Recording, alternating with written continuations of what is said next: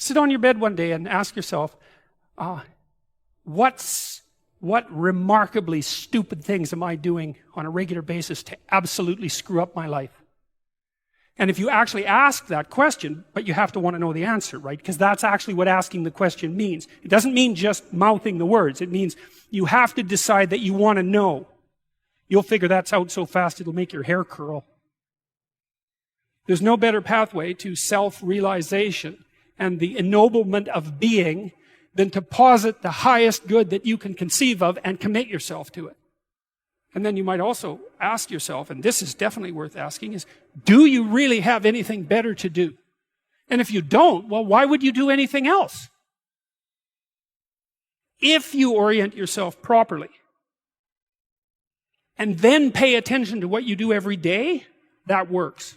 And I actually think that that's in accordance with what we have come to understand about human perception, because what happens is that the world shifts itself around your aim.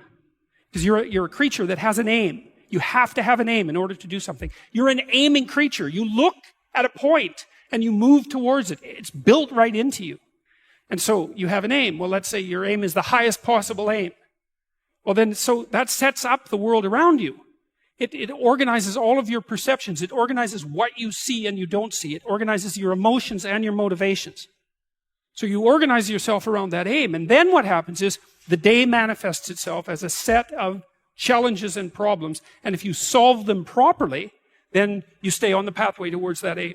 And you can concentrate on the day. And so that way you get to have your cake and eat it too. Because you can point into the distance, the far distance.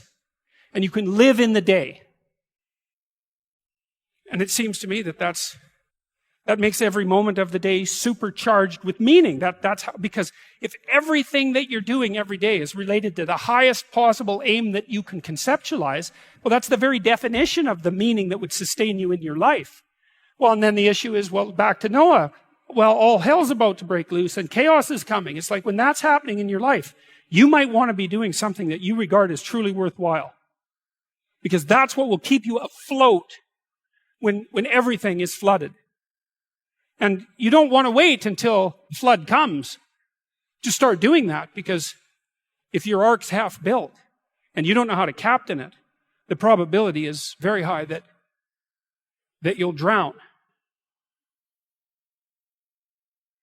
Ask and it shall be given you. Seek and ye shall find. Knock and it shall be opened unto you. For everyone that asketh receiveth, and he that seeketh findeth, and to him that knocketh it shall be opened. That sounded pretty optimistic again. But again, I think it's a description of the structure of existential reality. And by which I mean, when I'm in my clinical practice and I observe, and this is also the case with my students, is let's say, people's lives aren't what they would like them to be.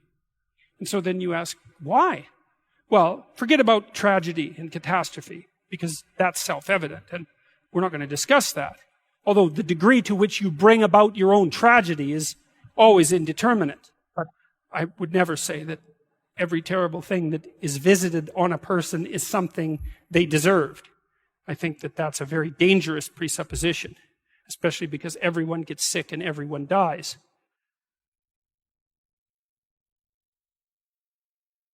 But one of the main reasons that people don't get what they want is because they don't actually figure out what it is. And the probability that you're going to get what would be good for you, let's say, which would even be better than what you want, right? Because, you might be wrong about what you want easily. But maybe you could get what would really be good for you. Well, why don't you? Well, because you don't try. You don't think, okay, here's what I would like if I could have it. And I don't mean in a way that you manipulate the world to force it to deliver you goods for status or something like that. That isn't what I mean.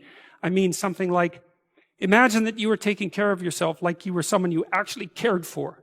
And then you thought, okay, I'm caring for this person. I would like things to go as well for them as possible. What would their life have to be like in order for that to be the case? Well, people don't do that. They don't sit down and think, all right, let's figure it out. You've got a life. It's hard, obviously. It's like 3 years from now, you can have what you need. You've got to be careful about it. You can't have everything. You can have what would be good for you, but you have to figure out what it is, and then you have to aim at it.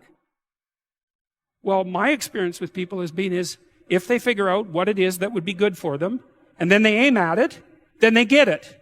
And it's strange because they don't it's a strange thing. It's not quite that simple because, you may formulate an idea about what would be good for you, and then you take 10 steps towards that, and you find out that your formulation was a bit off, and so you have to reformulate your goal. So you're kind of going like this as you move towards the goal. But a huge part of the reason that people fail is because they don't ever set up the criteria for success. And so, since success is a very narrow line and very unlikely, the probability that you're going to stumble on it randomly is 0. And so there's a proposition here, and the proposition is, if you actually want something, you can have it. Now, the question then would be, well, what do you mean by actually want? And the answer is that you reorient your life in every possible way to make the probability that that will occur as certain as possible. And that's a sacrificial idea, right? It's like, you don't get everything. Obviously. But maybe you can have what you need. And maybe all you have to do to get it is ask. But asking isn't a whim or today's wish. It's like, you have to be deadly serious about it. You have to think, okay, like, I'm taking stock of myself. And if I was going to live properly in the world, and I was going to set myself up such that being would justify itself in my estimation, and I don't mean as a harsh judge, exactly what is it that I would aim at? And so the issue is not so much the blindness of others, even though there's as much blindness among others as there is for you. But the issue here, the advice here, the description here is, you should be concerned about what's interfering with your own vision first. And you should leave other people the hell alone in relationship to that. And so if your mode of being in the world is, if you would just act better, things would improve for me, or if you identify the evil and the catastrophe as something that's outside, that someone else needs to fix, or that someone else is responsible for, then you're not going to fix that. And you're going to remain blind to the things that you're doing and not doing that make things not go well. And so it's just better to think, all right, I'm probably blind in many, many ways. And maybe there are some ways that I could rectify that, because it's highly probable that you're blind in all sorts of ways.